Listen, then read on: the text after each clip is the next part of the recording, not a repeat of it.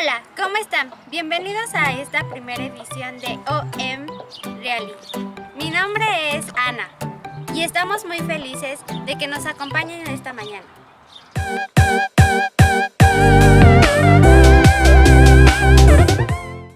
Para este primer momento se les entregarán unas libretitas que van a utilizar para hacer sus anotaciones. Pueden ser datos, fechas, no sé, cualquier cosa puede ser importante. Pero no se preocupen, poco a poco se van a ir enterando. No estamos ahí porque nos encontramos arreglando los últimos detalles de las actividades.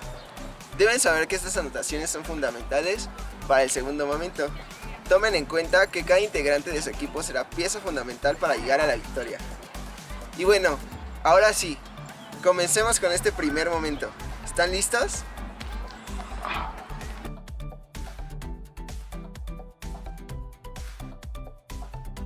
Yo les voy a hablar de la orientación educativa en el México del nuevo siglo.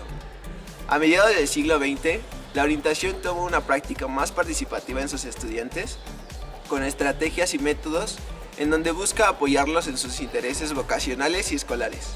Actualmente el mercado demanda una educación superior de excelencia, en donde se enfrenta a diferentes problemáticas como la deserción escolar, el bajo rendimiento académico y una falta de profesionalización de sus empleados. Diversas circunstancias han logrado facilitar un nuevo impulso en la orientación educativa.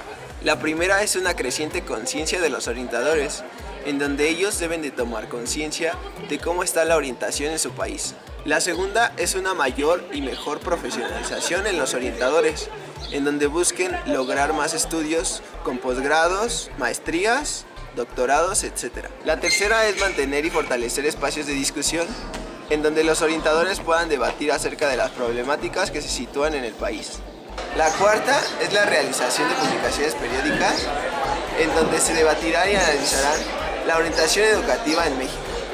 La última, que es la quinta, es el fortalecimiento de la planta de los orientadores en servicio, en donde ahí se podrán preparar y organizar para debatir de igual manera la orientación educativa de nuestro país. Sin duda, a la orientación educativa le quedan muchas tareas por resolver para convertirse en un verdadero espacio útil para la educación nacional. En este nuevo milenio implica entender que el verdadero centro de todo este proceso social no es otro sino el ser humano. Y para poder cumplir con todas las exigencias, el orientador necesita despojarse de todas esas prácticas ancestrales y creencias que en su tiempo fueron relevantes, pero que ya no lo son. Con esto se podrá lograr un acercamiento permanente a la investigación y a los recursos didácticos para poder aprovecharlos mejor, tales como el internet y las redes sociales. Y por esto el educador debe convertirse en un promotor eficaz de todas las potencialidades y posibilidades de los alumnos, con una perspectiva del mundo real. Hola chicos, bueno, ahora yo les voy a hablar sobre la orientación y tutoría, situación actual en México. La UNESCO, en la Dirección Mundial sobre la Educación Superior en el siglo XXI, establece la necesidad de modificar el proceso de aprendizaje en la educación superior. La orientación educativa forma parte de las prácticas tradicionales en la enseñanza y en la escuela moderna desde el siglo XXI, únicamente en el nivel secundaria y media superior, como se supone que ya sabían, ¿no? Desde entonces, la orientación ha existido en la educación, ya que tiene acumulada experiencias, logros y fracasos de más de 50 años. ¿Pueden creerlo? La tutoría tampoco es nueva. La tutoría académica en educación superior tiene su origen en el nivel internacional en la Open University de Inglaterra, en la Universidad Nacional de Educación a Distancia de España y en México en la UNAM. El tutor, en la mayoría de los casos, se trata de un maestro que ayuda a sus estudiantes en el proceso de aprendizaje, o sea, que le ofrece un apoyo. Existen algunos mitos sobre los orientadores educativos, como por ejemplo, que si son buenos sustitutos de maestros, quién atiende al grupo, pues el orientador, asistencia, remedio, bomberazo, todólogo, salvador, no se sabe. Existen todos estos mitos, ya que no le han brindado mucho apoyo a estos tipos de orientaciones en las escuelas.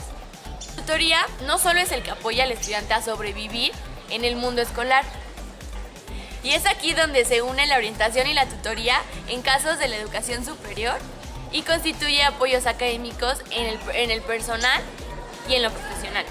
La visión de la tutoría es como una oportunidad para crear ambientes educativos, con redes profesionales, con prácticas educativas cada vez más humanas. Bueno, por último voy a terminar este tema con una cita.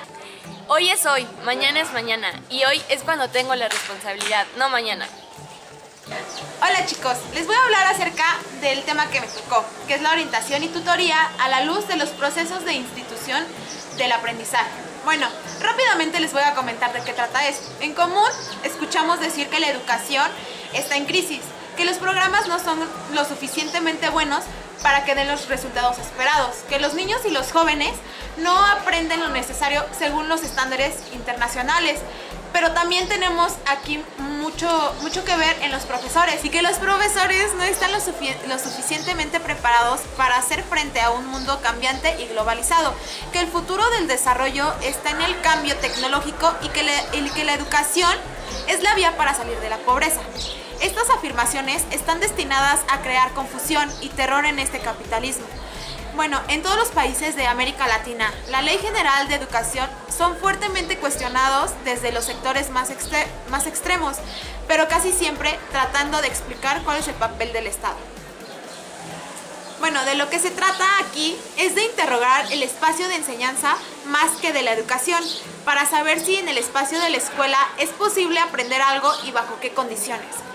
¿Por qué no preguntarnos si en el sistema escolar se produce aquello estipulado en los planes y programas y se enseña a pensar libremente, o si, por el contrario, no sería también un espacio de producción del no saber, del adoctrinamiento y de la ignorancia? Bueno, es decir, que no interrogamos por las condiciones de producción de lo que hacemos en escuelas, colegios y universidades, de cómo dichas condiciones favorecen el proceso de enseñanza-aprendizaje. Pero bien, la orientación y la tutoría de este cuestionamiento no escapan, ya que no pueden dejar de producir las relaciones instituidas típicas de los centros de enseñanza. La institución se define a partir de la fe, la institución de un sistema de normas en un grupo humano abocado a una cierta tarea. Bueno, el aula como institución puede describirse con los siguientes parámetros. No les voy a mencionar todos porque son bastantes, pero les voy a mencionar unos cuantos. Por ejemplo, el grupo humano, que esa relación viene siendo del profesor y el alumno. La tarea, que es instalar un proceso de enseñanza-aprendizaje, ya que sabemos que en todo salón de clases o en toda aula se lleva esa estrategia en la cual el profesor enseña y el alumno aprende. Las normativas, que rigen tanto las relaciones al interior del grupo como aquellas que marcan la relación entre el grupo humano y la tarea. Obviamente el aula no solo es el establecimiento, es un espacio imaginario atravesado por normativas. Bueno, ¿y sabías que el sistema de educación oficial es bastante parecido en todas partes? Ya que su formalización nos permite ir señalando las normativas que lo atraviesan, tanto explícita como tácitamente, referidas a los roles, lugares sociales. Algunos de ellos son, igual, les voy a mencionar unos porque no puedo mencionar todos ya que son bastantes. El profesor es la autoridad tanto en la disciplina como responsables de los educandos en todos los sentidos. El alumno interviene cuando el profesor solamente se lo autoriza. Y el profesor determina qué se hace y cuándo se hace algo en el aula. Ahora, referidos al programa y evaluación. El programa está establecido de antemano por la autoridad. El programa debe ser cumplido en su totalidad. El profesor indica las tareas que el alumno debe realizar, ya sea en la casa para reforzamiento o repaso del tema visto en clase. Referidos a la disposición del aula, aquí entraría el que los alumnos se dividen tanto por edades o por años, en grupos o cursos. Los alumnos se clasifican entre buenos y malos. Los alumnos se sientan también en filas y los alumnos permanecen en el aula, ya que según este es el lugar que está predeterminado para realmente aprender, ya que si ponemos de ejemplo, no se puede aprender de igual manera tanto en la cafetería, como lo vemos allá abajo, que estando aquí en un salón de clases donde es un espacio más cerrado y tienes más atención hacia lo que te presta o lo que te dice el profesor y lo que comparten tus compañeros. Pero hay una situación que dentro de esto rompe la vista en este tipo de dispositivo, que es el robo al alumno de su deseo de aprender, donde se supone que el acto de aprender es un simulacro, ni se aprende en realidad ni en el trabajo. Hay que prepararlo en el espacio del aula para aprender. Como les decía, o sea, realmente tienes que tener un lugar específico para que puedas aprender de cierta forma y después poder compartir esos conocimientos a través en tu trabajo, en tu casa o en el lugar donde te desenvuelvas. Ahora rápidamente, para concluir con mi tema, les voy a platicar el caso de la escuela de Barbania. Realmente esto es un caso que sucedió en un pueblo, los cuales siempre bajaban a tomar clases en un pueblo más estructurado, el cual constaba con una escuela. Pero cuando vieron que esos chicos no tenían como los suficientes recursos para entrar a esa escuela, los profesores los sacaron, o como dicen los alumnos, o decimos, nos reprobaron. Entonces, al reprobarlos, los niños salen de la escuela, ellos regresaron a su casa y de ahí fueron a una iglesia en donde se encontraba un sacerdote.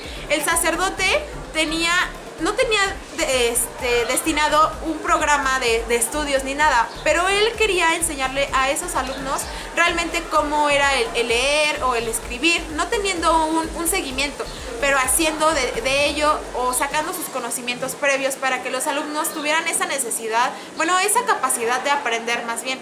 Después de ahí, cuando el cura los preparó y les enseñó a leer, a escribir, las letras y todo eso, ellos fueron a realizar su examen a la escuela de donde habían sido rechazados y quedaron. Todos los alumnos que estuvieron dentro de la iglesia aprendiendo con el cura quedaron dentro de la escuela.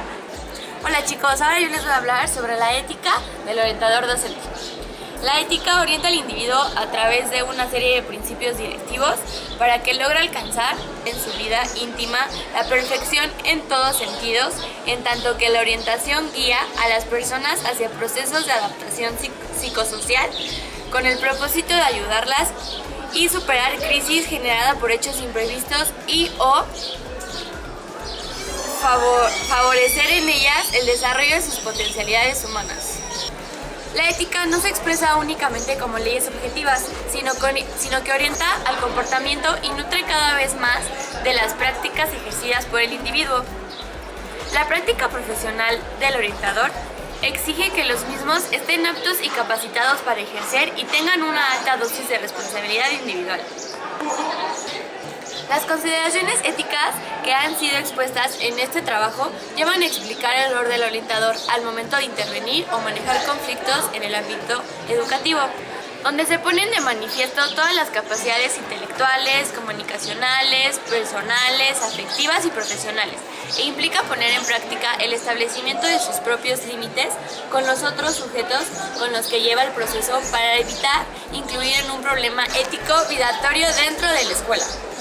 Finalmente, pueden considerarse que la ética del orientador docente es un término que no se queda solamente en el campo de lo teórico y por lo tanto en el mero racionamiento crítico de ciertos sujetos, sino que evoluciona y consolida didácticamente mediante aprendizaje profesional y personal de los sujetos.